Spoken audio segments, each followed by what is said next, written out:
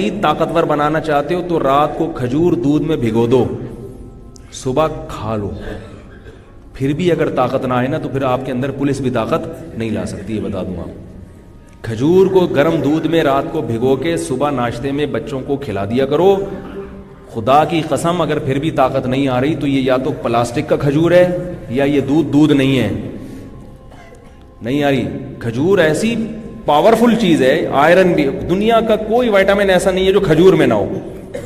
اور دودھ بھی مل گیا اس کے ساتھ. دودھ کا خرچہ اگر نہیں ہے آپ کے پاس, غریب ہو, تو کھجور کو پانی میں بھگو دو, وہ شربت پلا دو صبح بچوں کو.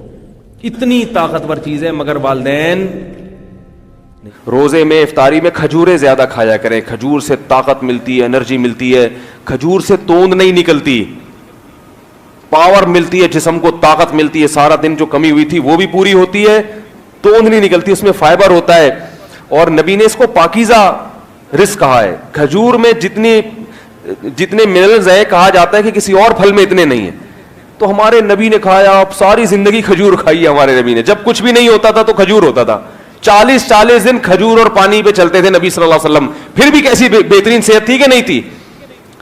ایسی بہترین صحت کہ ایک صحابی صحیح بخاری میں بیان کر رہے ہیں کہ نبی صلی اللہ علیہ وسلم سفر میں اپنی 9 بیویوں کے ساتھ تھے.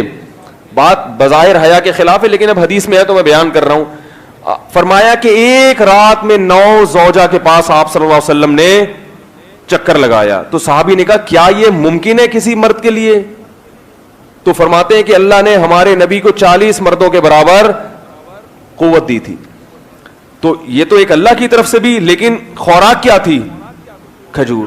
چہرے پہ رونق آتی ہے, سرخ ہو جاتا ہے چہرہ. بچوں کو کھجور نہیں کھلا رہے, اور کھجور ایسے کھاتے ہیں کہ میرا دل چاہتا ہے یار یہ بھی چھوڑ دو, نہیں کھاؤ, یہ ناشکری ہے. نبی نے فرمایا جس گھر میں کھجور ہے وہ گھر والے بھوکے نہیں ہیں.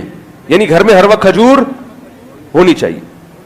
تو افطاری میں تو تمیز سے پیٹ بھر کے کھا لو, وہ بھی بس ایک یوں کر کے سنت پوری کرنے کے لیے اتنی سی, وہ بھی 10 دفعہ دیکھیں گے اس کا یہاں سے چھلکا اتارا, یوں اٹھارا, یوں دیکھا, یہ چکھا, ہو گئے بے سنت. پھر آ گئے پکوڑے پہ ڈائریکٹ. اور یہ جو آلو کے سموسے ہو رہے ہیں, ان میں سموسوں کے پتہ نہیں یہ لوگ چھلکے دھوتے بھی ہیں, وہ آلو کے, وہی مٹی والے آلو کے چھلکے میں اتنی مٹی ہوتی ہے, وہ دھلتی کہاں ہے اتنے آرام سے. وہ تو گھر کی خواتین بیچاری چھلکے اتار کے, وہ تو ایسے ہی چل رہا ہے, ایسا آپ گٹر کا وہ ٹھوس رہے ہیں. کھائیں سموسے, میں منع نہیں کر رہا, ہم بھی کھاتے ہیں. ایک آدھ ہم بھی کھا لے, زیادہ نہیں کھاتے. تو لیکن کھجور کو زیادہ فوکس کرو میرے بھائی, اس کی عادت ڈالیں. اب لوگ کہتے ہیں ہضم نہیں ہوتی, وہ اس لیے نہیں ہوتی کہ عادت نہیں ہے.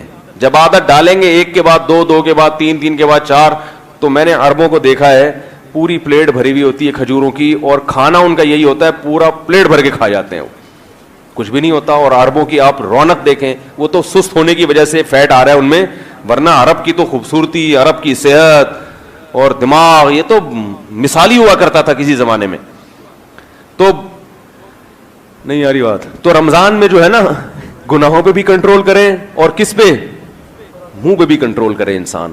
تو کنٹرولنگ پاور کے لیے تبھی تو قرآن کہہ رہا ہے لعلکم تتقون, تاکہ تم میں بچنے کی اور پرہیز کی صلاحیت پیدا ہو جائے. تقویٰ کہتے ہیں بچنے کو. تو رمضان اللہ نے دیا کیوں؟ تاکہ ہمارے اندر پرہیز, ایوائڈ کرنا مشکل ہے نا, یہ چھوڑ دو, یہ چھوڑ دو, یہ چھوڑو, آدمی کی کیا کیا چھوڑوں میں, تو ایوائڈ کرنے کی تمہارے اندر صلاحیت پیدا ہو جائے. اللہ تعالیٰ سمجھنے کی, عمل کی توفیق عطا فرمائے. وما علینا الا البلاغ.